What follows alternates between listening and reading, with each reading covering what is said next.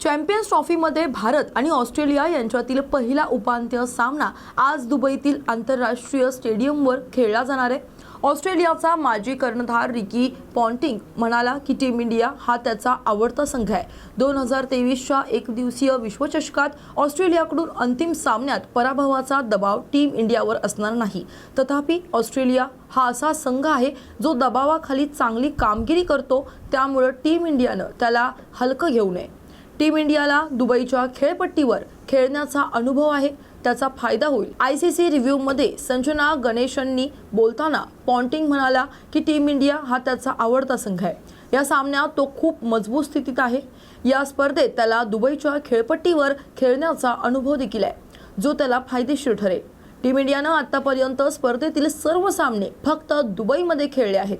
अशा परिस्थितीत भारतीय संघ या ठिकाणाशी परिचित आहे, तर इतर संघांना थोडं नुकसान झालंय, कारण ते वेगवेगळ्या मैदानावरती खेळलेत। टीम इंडियाचा मधला क्रम मजबूत पॉन्टिंग म्हणाला की टीम इंडियाची मधल्या फळीची फलंदाजी मजबूत आहे।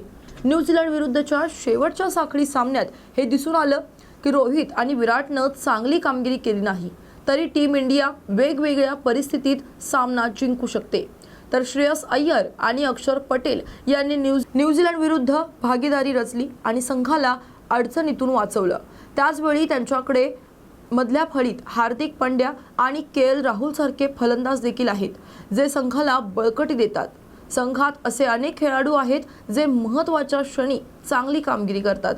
आज चॅम्पियन्स ट्रॉफीमध्ये भारत आणि ऑस्ट्रेलिया यांच्यातील उपांत्य सामना दुबईतील आंतरराष्ट्रीय स्टेडियमवर खेळला जाईल। 2023 मध्ये भारताला झालेल्या एकदिवसीय विश्वचषक स्पर्धेच्या अंतिम सामन्यात भारताला ऑस्ट्रेलिया विरुद्ध पराभव स्वीकारावा लागला होता। सकाळपासूनच क्रिकेट चाहते उपांत्य फेरीतील भारताच्या विजयाचा आनंद साजरा करण्यासाठी आपापल्या पद्धतीनं प्रार्थना करताना दिसत आहेत। वाराणसीतील क्रिकेट चाहत्यांनी भारताच्या विजयासाठी चक्क प्रार्थना करण्यासाठी सारनाथ शिव मंदिरात भगवान शिवला 11 लिटर दूध अर्पण केले।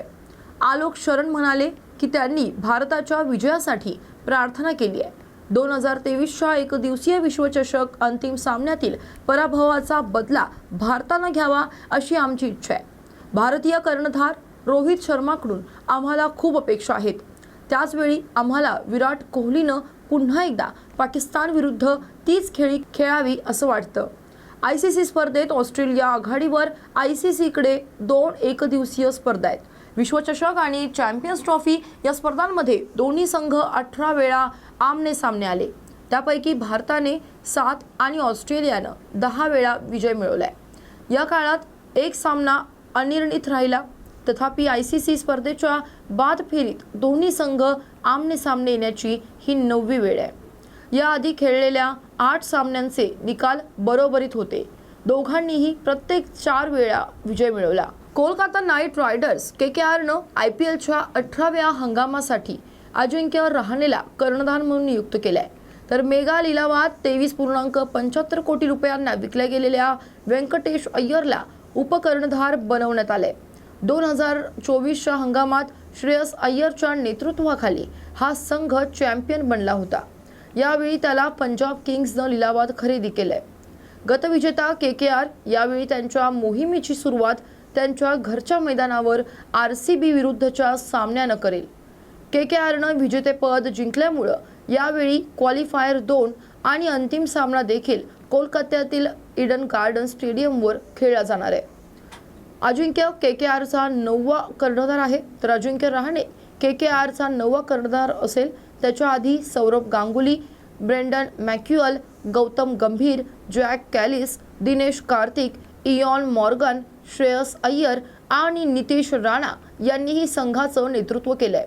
मागील 8 कर्णधारांपैकी फक्त 2 खेळाडूंना संघासाठी ट्रॉफी जिंकता आली आहे, तर गौतम गंभीरच्या नेतृत्वाखाली संघानं 2012 आणि 2014 विजेतेपद जिंकलं होतं, तर श्रेयस अय्यरनं देखील 2024 मध्ये संघाला विजेतेपद मिळवून दिलं। चॅम्पियन्स ट्रॉफीमध्ये न्यूझीलंड विरुद्ध भारताच्या शानदार विजयानंतर काँग्रेस प्रवक्त्या शमा मोहम्मद यांनी भारतीय क्रिकेट संघाचा कर्णधार रोहित शर्माच्या फिटनेस आणि कर्णधार पदावर प्रश्नचिन्ह उपस्थित केले। त्यानं सोशल मीडिया प्लॅटफॉर्म X वर लिहिलं की रोहित शर्मा खेळाडू म्हणून लठ्ठ आहे, त्यानं वजन कमी केलं पाहिजे।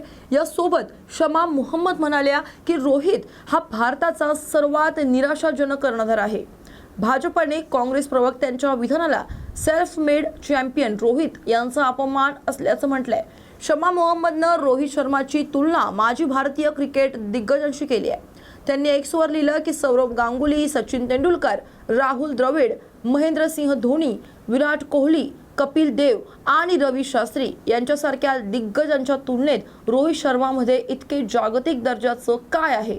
तो एक सरासरी खेळाडू आहे आणि कर्णधार आहे। त्याला योगायोगानं भारतीय संघामध्ये कर्णधार पद मिळाले। काँग्रेस प्रवक्त्यांच्या या विधानानंतर आता भाजप नेते शहजाद पूनावाला म्हणाले, राहुल गांधींच्या नेतृत्वाखाली 90 निवडणुका हरलेले लोक रोहित शर्माच्या कर्णधार पदाला निरुपयोगी म्हणत आहेत। पूनावाला यांनी रोहितच्या ट्रॅक रेकॉर्डचं कौतुक केलं आणि त्यांच्या T20 विश्वचषक विजयाचा उल्लेख केला। तर भाजपच्या राधिका खेरा पुढे म्हणाल्या की काँग्रेस स्वतः बनवलेल्या चॅम्पियनची खिल्ली उडवत आहे। काँग्रेस सोडून भाजपमध्ये सामील झालेल्या नेत्या राधिका खेरा यांनी आरोप केला की काँग्रेसनं अनेक दशकांपासून खेळाडूंचा अपमान केलाय आणि आता ते एका क्रिकेट दिग्गजाची खिल्ली उडवत आहेत। राधिका म्हणाली की हीच ती काँग्रेस आहे जी दशकांपासून खेळाडूंचा अपमान करत होती, त्यांना मान्यता देत नव्हती आणि आता स्वतः बनवलेल्या चॅम्पियनची खिल्ली उडवत आहेत। शहा मोहम्मद यांनी दिलेल्या विधानावर पवन खेरा यांनी देखील आपली चुप्पी तोडली आहे। ते म्हणाले की भारतीय राष्ट्रीय काँग्रेसचे राष्ट्रीय प्रवक्ते डॉक्टर शमा मोहम्मद यांनी एका क्रिकेट दिग्गजाबद्दल असं विधान केलंय जे पक्षाच्या विचारसरणीच्या विरुद्ध होतं। त्याला एक्समधून या पोस्ट काढून टाकण्यास सांगण्यात आले आहेत आणि भविष्यात अधिक काळजी घेण्याचा सल्ला देखील देण्यात आलाय। अशाच बातम्यांसाठी पहा न्यूज मराठी 24/7। नवा भारत, नवा विचार।